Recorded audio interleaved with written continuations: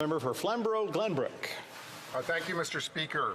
And so I want to start with a couple of headlines that dominated the radio, online and social media news in my home community this past weekend, which I think really underscore the debate we're having here today.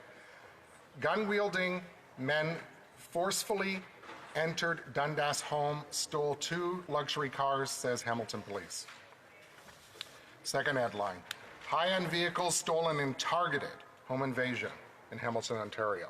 And those are just a couple. So, Mr. Speaker, I actually used to live on the street where this particular crime took place on Friday night. 20 years ago I lived there. It's a few houses down from where I used to live. And it was shocking to hear that this was taking place. In fact, my grandparents lived on that same street when I grew up. And I talked to one of the neighbors yesterday. People on Hopkins Court now live in fear. There were other vehicles at this particular targeted residence that the thieves did not get on Friday night, and they're fearful now that they'll be back because they were a target. And this is, as my colleagues have mentioned, a sophisticated gang operation that's taking place, an organized crime operation. So, Mr. Speaker, that is the crux of the problem. They will be back because federal enforcement and federal prevention actions are woefully inadequate. Less than 24 hours later, I received a text from my neighbor on an unrelated incident, but of similar concern. And he had a vehicle that was prowling around his workshop building and garage. And in fact, it had to go around a steel barrier through the grass and across the hill in order to get there. And so, alarmed by what he was seeing taking place in the middle of the night on Sunday night, early hours of Sunday morning, my neighbor followed this vehicle, was able to get some of the license plate number and report that to Hamilton Police. So, you know, these are just 2 recent incidents in what is, of course, not isolated at all, but actually an epidemic. I've talked to a number of constituents who've been victims of vehicle theft. One couple was able to trace the vehicle stolen from their driveway in Waterdown, in fact, to Montreal, and this was the second vehicle that they had stolen from their driveway. And Waterdown's a bedroom community in the Greater Toronto and Hamilton area, and this couple will tell you that they actually walked by who they believe was the criminal responsible on the street of Montreal near the port, and eerily that individual gave them a knowing glance. And so, you know, these are the incidents that we're hearing. And they also have heard as well that there are, as part of this organized crime network, groups that are paid thousands of dollars per night just to scope out and spot the vehicles and the driveways and the locations of where will be targets in the coming nights. So that's just to do the spotting, thousands of dollars. So we're talking millions of dollars in criminal activity. These truck and auto thefts aren't just in my community, but they're across the GTA. They've had a number of local headlines about this. They're across Niagara, across Waterloo region, across Southern Ontario, in fact, across the country. And we know that local law enforcement is hamstrung because they need the federal government to act. It's the criminal code, the RCMP, CBSA, and certainly federal ports that are all matters of federal jurisdiction. And in order to put the brakes on this auto theft being done by organized crime, we need the federal government to act. In fact, at Transport Committee, which I'm privileged to sit on, today we had a conservative motion put forward to take a look specifically at what's going on in the Port of Montreal. And unfortunately that was voted down by the Liberals and NDP, the cover-up coalition working together, so they don't actually have any interest in getting to the bottom of this.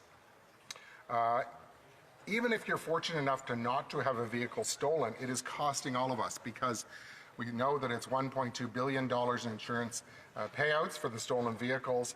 That is causing an increase in insurance premiums, up 25% in some cases in Ontario. These are brazen acts of theft and violence, and they're affecting people in our community. In 2022 alone, there was a staggering 9,600 automotive vehicles that were stolen from the GTHA, but this leaves families traumatized. but also leaves them financially burdened.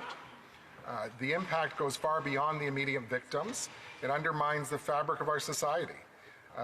It's eroding the trust and confidence in our institutions, and it's contributing to a pervasive sense of insecurity.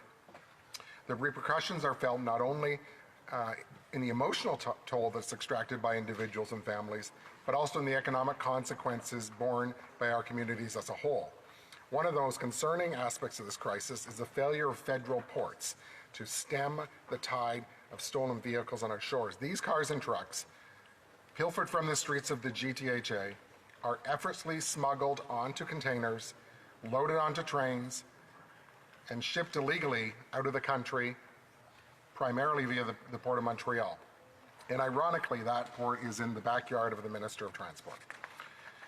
In December, I asked the CBSA via an order paper question how many vehicles they had intercepted at the Port of Montreal. And despite the exponential rise in auto thefts that we've seen, over 300% in the GTA since this government took office in 2015, the number of vehicles intercepted at the Port of Montreal remains stagnant year over year at somewhere between 1,000 and 1,100. And we know there's 105,000 vehicles stolen in Canada in the year. So we're talking less than 1% that is being retrieved. And we know the technology exists through X-ray scanners to scan more of those containers and actually track that down. However, there's just one scanner right now at the Port of Montreal, and it doesn't work half the time. So that's quite insufficient. And so when you've got, as my colleague mentioned, African countries begging the Government of Canada to take action on this issue, and it's not happening, that is cause for concern. And like so many things in Canada, it's something that shouldn't be happening. It shouldn't be this way in Canada. So even when Canadians resort to practical measures like putting Apple AirTags in their vehicles, recovery is far from guaranteed. The railway agents often refuse to inspect the cargo that's already en route to the ports, and there's inadequate resources at those ports for that inspection. So we've got this highway that's facilitating this, and so the root cause of that is this soft on crime approach by the Liberal and NDP government that, with bills like C5 and C75 have emboldened criminals to be repeat offenders because, they're often released on bail within hours of arrest, and they go on to commit further crimes. And even after being convicted, those individuals are often granted house arrest, which is really insufficient. So we say enough is enough, and common sense Conservatives, Mr. Speaker, are committed to really hitting the brakes on car theft and restoring that sense of community to a sense of security to our community. And so the leader of our party, the leader of the opposition, has put forward a common sense plan that includes a number of measures, including mandatory prison sentences, an end to house arrest for convicted car thieves, tougher sentencing for those that are gang related, that are involved in this, so that organized crime element, and of course jail, not bail, for repeat offenders and repeat violent offenders, as we saw in the examples I brought up from my community just this past weekend. In addition to that, we need to address what's happening at the ports. We need to have more CBSA officers. Right now there's only 5 in the Port of Montreal. We need to cut the waste on consultants at CBSA and invest into enforcement, invest into doing that at the port, but have more scanners that can actually address this issue. So there is some urgency now. Violent crime has been up across the country, and what the government has proposed is a summit. So again, we have more convening and less results. Common sense Conservatives, of course, have a plan to axe the tax, build the homes, fix the budget, and stop the crime. And indeed, we're going to stop the crime, Mr. Speaker. We're going to slam the brakes on auto theft. We will restore law and order. We will bring home safer streets to Canadians from coast to coast. Thank you, Mr. Speaker.